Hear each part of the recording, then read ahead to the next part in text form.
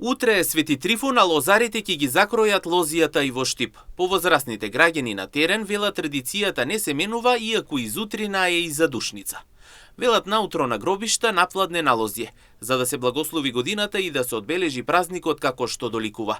По кроењето, адето да се истори малку вино и ракија, со цел стеблата бидат богати со род оваа година. Епа, те закројуваат го лозјето, става се вино, ракија и на лозата се посипува и то. Да.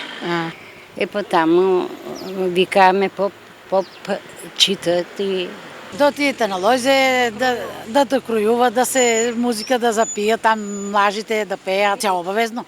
Обавезно винце да се носи, како? Без винце, ракија, некој си носи мезе. Инаку Светиот Трифун бил роден во Фригија од сиромашни родители. Во детството бил чувар на гуски.